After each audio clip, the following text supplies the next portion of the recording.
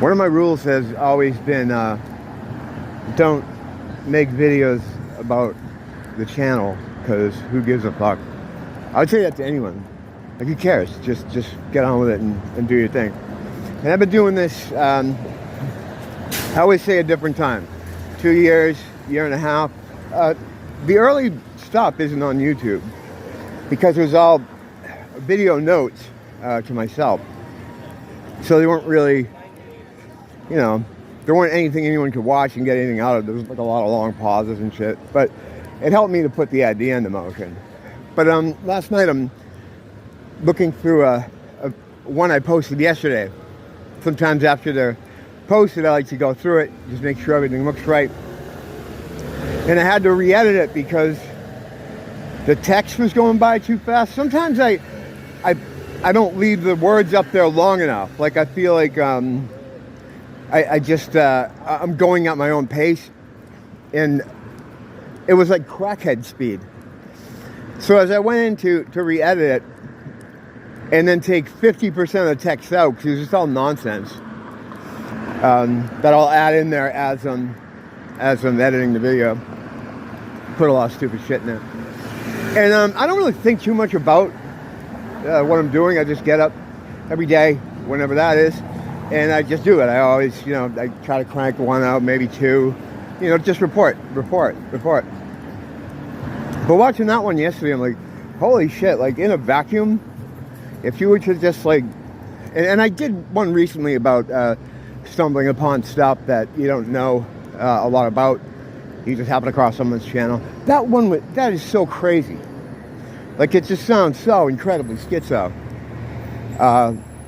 It's funny. Like, you have those like moments of awareness sometimes. You're like, holy shit, what am I telling people? I mean, that's just what's happening. I'm just reporting it. I don't think much about it. I just go, oh, this happened. This is what happened. Oh yeah, I think this, blah, blah, blah. I think if you stop to analyze it too much, or at least with me, if I stopped to analyze it too much, I'd probably stop doing it. You know what I mean? Because it's so out there, Now, people that are having the same experiences as me,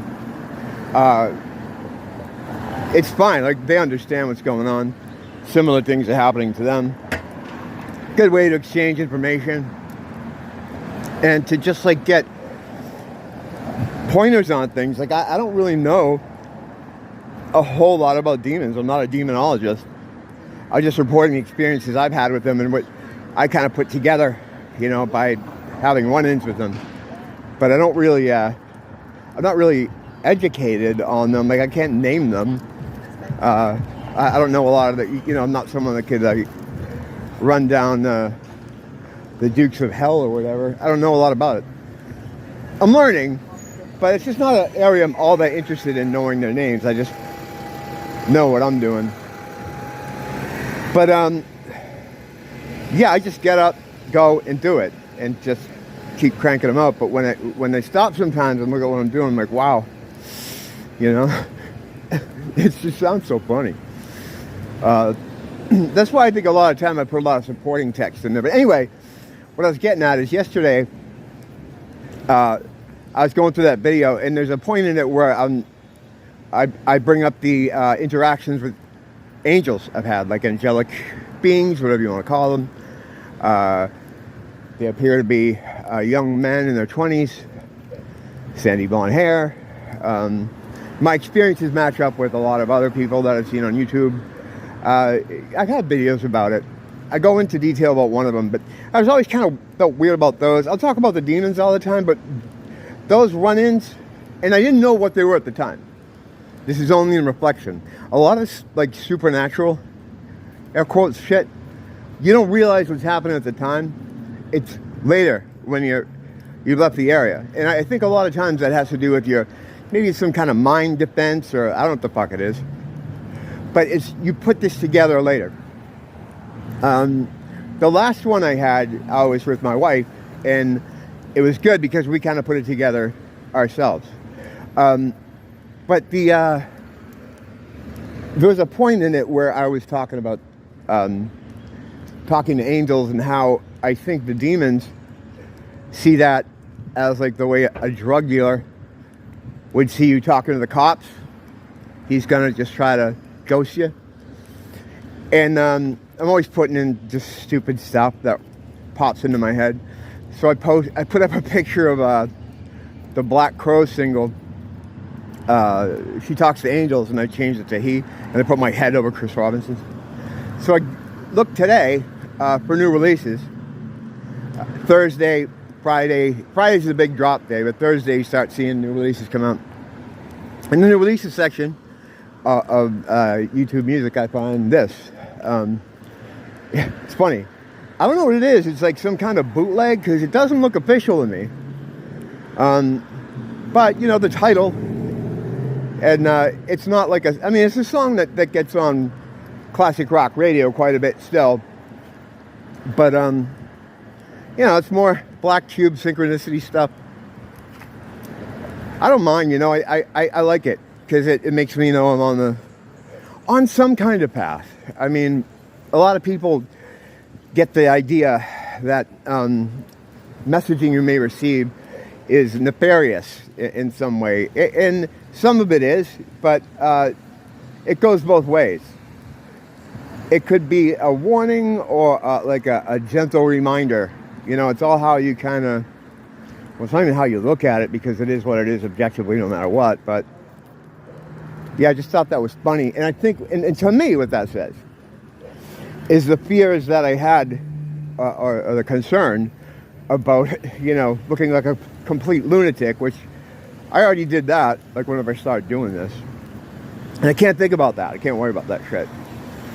But when I was thinking about it, re-editing that video, I'm like, oh my God, what the fuck am I out here saying? You know, this sounds insane. And I understand if people watch it and, you know, whatever. But, and then when I saw that, to me, that's like, it's all good. It's all good. Reassurance.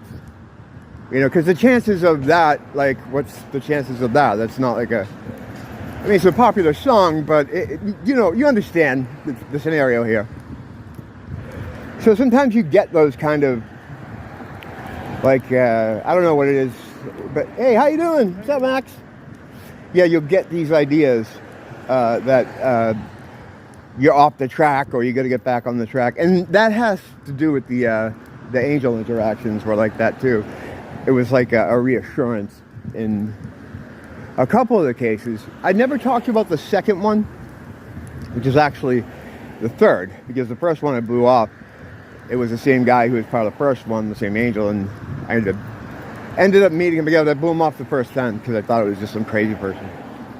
But the second one, I think he wasn't there for me. The second one was just a guy I ran into. I don't know if you have one that's assigned to you. I don't know what the deal with that is, but the first guy may have been the third one that I met with my wife. It might have been the same guy. He looks really similar, but again, when you're there and you're talking to them and you're having interaction with them, the way I described it before is like when I used to meet rock stars.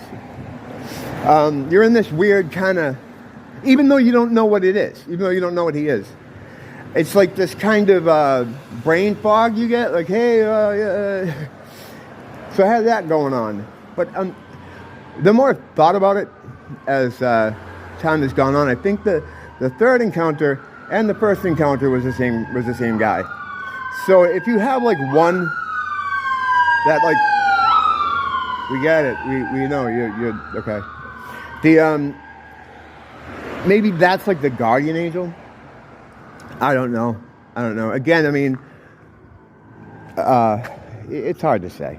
Yeah, I guess is what I'm trying to say. Oh my God, my long COVID again.